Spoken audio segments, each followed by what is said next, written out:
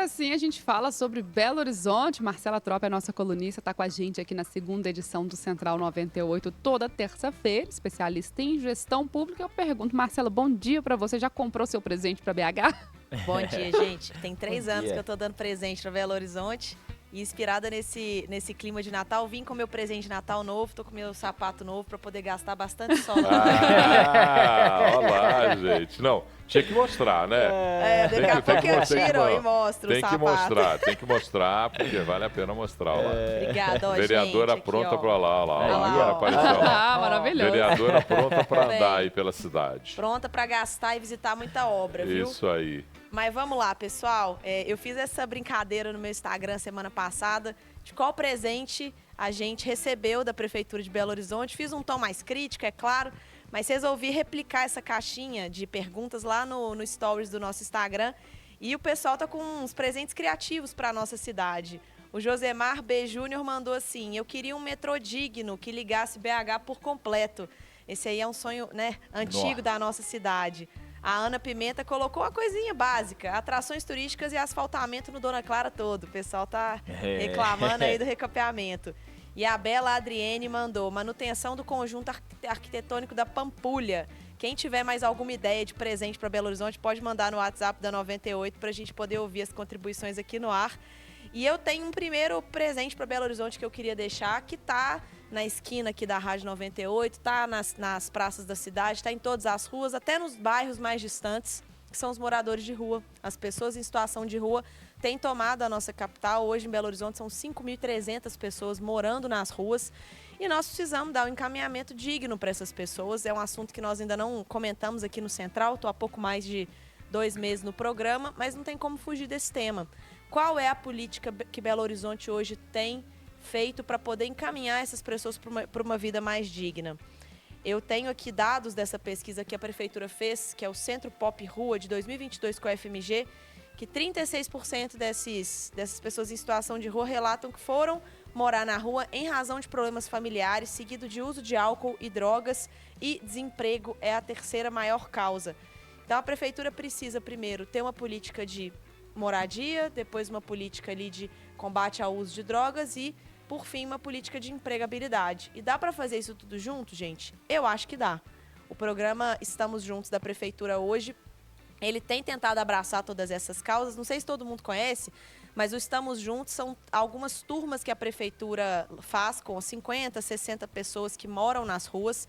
Essas pessoas, elas são encaminhadas para um processo de tratamento, de reinserção, aquelas que precisam de apoio psicológico recebem, e depois elas vão ganhando pequenas tarefas dentro da própria prefeitura, supervisionadas. Quando elas estão um pouco mais prontas, com a rotina estabelecida, elas vão para uma vaga de emprego de diferentes setores da cidade que fizeram parceria com a prefeitura para receber. O problema é que esse projeto hoje ele é muito pequeno. A gente só tem 88 pessoas que já formaram no programa, somente 5 estão no mercado de trabalho e somente 13 foram encaminhadas para a frente de trabalho da prefeitura. Então, Paulo, nós estamos enxugando gelo com essa política. Infelizmente, a prefeitura precisa ou mudar o programa ou fazer ele atingir mais pessoas ao mesmo tempo, porque senão, ao longo desse 1 ano de projeto, nós salvamos 5 pessoas. Quantas pessoas será que já entraram para a vida nas ruas nesse período, né? A minha preocupação quando se fala em morador de rua, pessoa em situação de rua, né, que é o termo exato, é porque eu acho que há uma maquiagem na ação e ela nunca é profunda. Porque os administradores, os gestores públicos, eles não gostam de ônus, eles gostam de bônus. Eles gostam de ser chamados de excelência, gostam de ser convidados para festas e coquetéis, gostam de ter a importância do motorista particular do seu carro, mas não gostam do bônus, que é intervir na vida da cidade. E a situação dos moradores de rua requer intervenção. Eu vou dar alguns exemplos, porque esse tema é um tema que eu já me preocupo há mais tempo. Inclusive, tive um debate com a ex-secretária, uma vez um debate no ar com a ex-secretária, em que eu fui acusado de ser higienista, porque eu falo que tem que ser retirado de rua por um motivo muito claro. Porque você não pode permitir que uma pessoa viva de maneira indigna. E se você me mostrar que viver na rua é digno, eu lhe convido a vir aqui pertinho da 98, na esquina de Grão Mogol com Contorno, e dar uma olhada como é que essas pessoas estão vivendo. Aquilo é distante de qualquer processo de dignidade. Só que existem ONGs que são pagas com dinheiro que vem de fora, muito bem pagas, para não resolver o problema, para se alimentar do problema. Essa é uma coisa muito séria, Marcela. E ONG, Paulo, é outra discussão importante. Aqui na região Centro-Sul, a gente tem um acúmulo de pessoas fazendo uma atuação junto às pessoas em situação de rua. Então, você vê a distribuição do sopão, das marmitas, e acaba tendo um desperdício de alimento mesmo, porque as pessoas vão fazer no máximo ali 3, 4 refeições ao dia, recebem muitas marmitas, acaba gerando aquele lixo que a gente vê na entrada para pegar Antônio Carlos e Cristiano Machado ali da Via Expressa. E a gente deveria ter a prefeitura também orquestrando e coordenando melhor essa distribuição para que pessoas em Venda Nova recebam alimentação, para que pessoas na região oeste recebam alimentação, porque hoje, infelizmente, isso gera uma concentração na região do hipercentro e a gente tem um desperdício de alimento e associado ao programa que retira menos do que entram, nós estamos enxugando gelo da maneira mais ineficiente possível em Belo Horizonte para resolver a questão das pessoas em situação de rua. E eu acho que a tipificação desses casos é que é importante. Quando você vê a pesquisa, primeiro eu acho que tem mais do que os 5 mil. Eu acho que esse está subestimado esse número. Está subestimado esse número. É muita gente, né? Basta a gente ter um olhar atento nas ruas. Eu acho que tem mais do que esses 5 mil. E só naquele projeto que tinha ali o Canto da Rua Emergencial, que foi feito com a Pastoral, com a Fundação Santander, enfim, várias organizações, naquela época, na pandemia, já tinham passado mais de 8, 9 mil pessoas. Passado. Então, cada pessoa que passa é um novo cadastro. Eu acho que esse censo ele realmente está defasado do número de pessoas. A gente deve chegar pelo menos em 10 mil. Eu acho que é por aí, 10, 11 mil moradores de rua em Belo Horizonte. Então, eu volto a insistir no tema, por exemplo, dessas ações, porque existem pessoas que elas fazem da sua razão de viver o problema dos outros. Me desculpe a sinceridade. Existem ONGs que atuam e que não querem que seja resolvido esse problema, porque vai perder a finalidade dela. E isso ninguém quer discutir. E é difícil, eu sei, é duro. É duro porque, por exemplo, se o prefeito da cidade resolve interferir de maneira determinante, falar para a sua secretaria, não pode mais ter, vamos colocar nos abrigos, 600 vagas tem nos abrigos e não são preenchidas. São números que a prefeitura informa. Então, porque o prefeito que fizer isso, o secretário que fizer isso, vai ser acusado de higienista, vai levar pressão de organização não governamental, mas é preciso entender que tem que ter uma ação determinada. Ou então nós vamos fazer o seguinte, deixa todo mundo morar na rua. Porque não tem mais jeito de conviver com essa forma.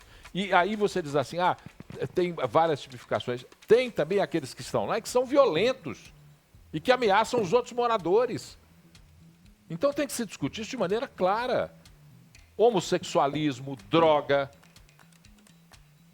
sabe? Além dos problemas sociais, homossexualismo e droga mantidos ali, quase que como uma prostituição dos moradores de rua, e ninguém ataca essa questão central.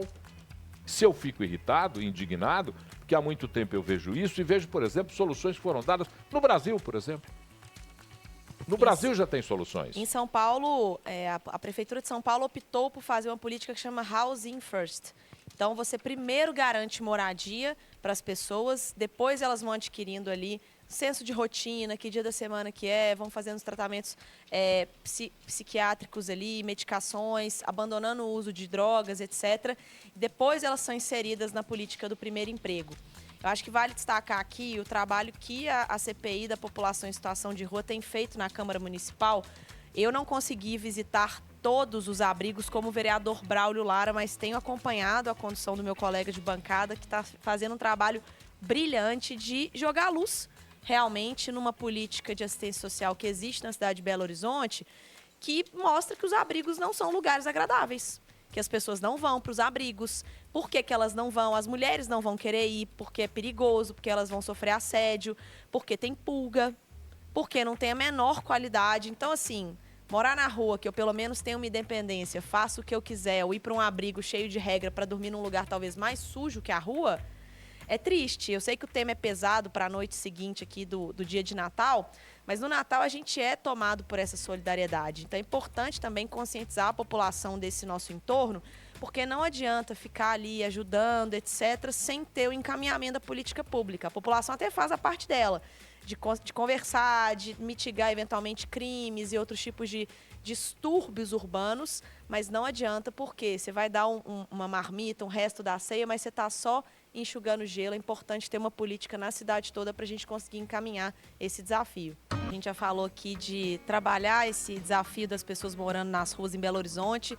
Outra coisa que sempre aparece nas caixinhas que a gente abre no Stories é a questão do transporte público, não tem como ignorar. Semana passada a gente falou muito sobre isso aqui, que é justamente a prefeitura encarar o problema dos ônibus de má qualidade, o contrato ruim que a gente tem e os contra-incentivos para o sistema funcionar direito em Belo Horizonte. Nós precisamos de um contrato mais atualizado, a gente precisa de outras fontes de receita para financiar o transporte público que não seja dinheiro público sempre bancando esse transporte. Nós precisamos de ônibus mais modernos, talvez ônibus elétricos, ônibus com ar-condicionado, trajetos mais inteligentes. E hoje eu não tenho visto a prefeitura se movimentar nesse sentido. É sempre o caminho mais fácil. Vou pedir mais dinheiro para a Câmara Municipal para poder dar subsídio. Ano passado foram 500 milhões, R$500 bilhão para ônibus rodar em Belo Horizonte, muitas vezes sem qualidade, sem ar-condicionado, mas felizmente eu tenho visto algumas melhoras graças ao trabalho até da Câmara Municipal, de fiscalização dos meus colegas vereadores, porque se hoje o ônibus em BH não tem qualidade, ele não recebe o subsídio.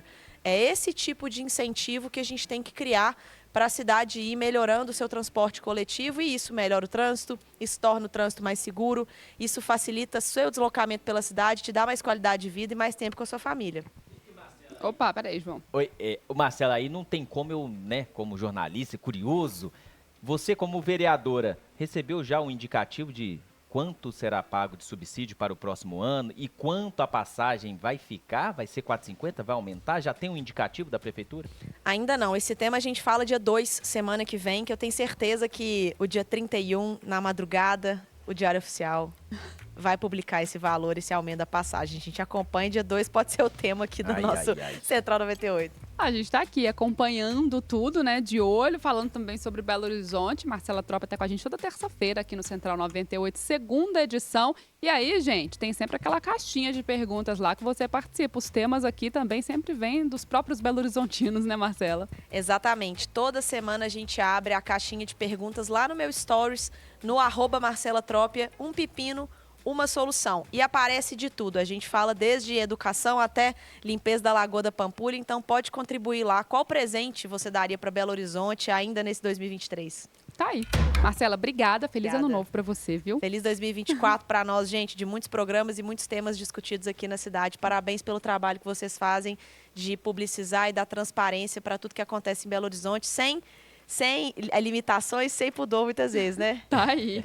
A única coisa que eu quero te falar é o seguinte, só converso com você agora no ano que vem.